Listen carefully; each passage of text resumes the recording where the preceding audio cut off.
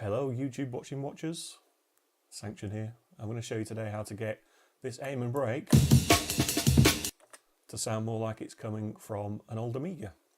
If you're not sure what an Amiga is, it's an old computer from the 80s and 90s.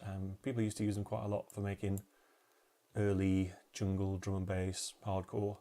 And it's got a very specific sound, and the reason for that is because it doesn't do any sample interpolation. So as you play it up and down the keys, the sample literally plays. Say if you play it an octave down, it literally plays at half the rate with no sample interpolation smoothing it out or making it sound nicer.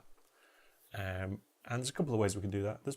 Let's say there's 4 ways. The first way is to get your Amiga out, but we know we can't really do that, especially if you don't have an Amiga.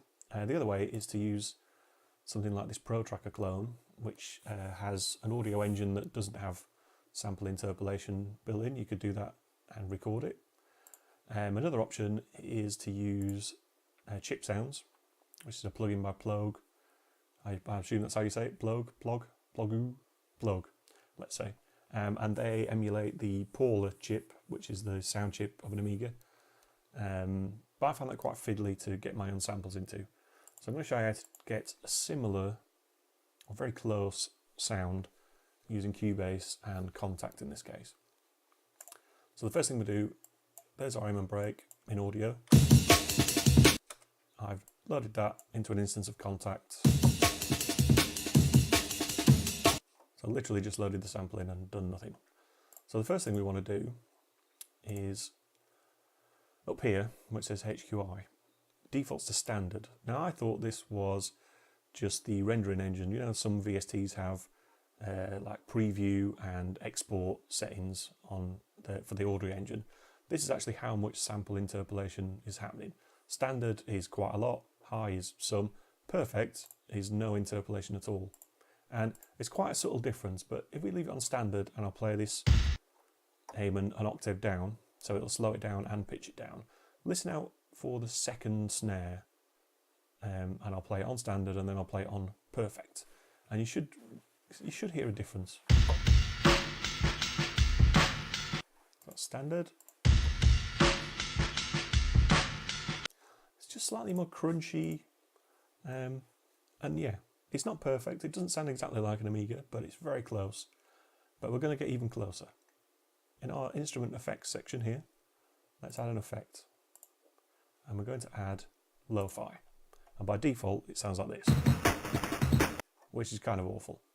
But a couple of tweaks, it's going to sound great. We're going to leave that on 8-bit because the Amiga has 8-bit sound and that helps get closer to where we are. This rate, we want it all the way to the top, but not off. And if we just back it off ever so slightly, we'll just put in a number.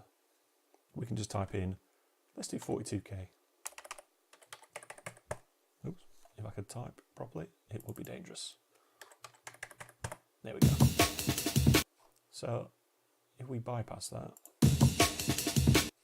and then turn it on, so we've got an extra little bit of crunch in there. The next thing we can do is, I've showed you this in another video before, but let's put on a bit of a limiter, and we're going to use the D16 Frontier because it adds a whole lot of crunch. Not too much, just a little tickle at the bottom. There you go. So this is our original sample. Here's our almost Amiga sounding crunchy one. And now it's only a matter of getting in there, chopping it up, doing some rearranging, and we can end up with something like this.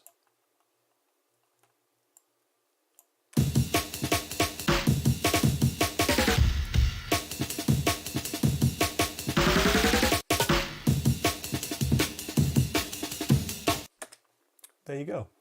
Amiga style crunchy aim and breaks. And you could use that for any kind of sample, but I think it sounds really great on an Amen. So until next time, see ya.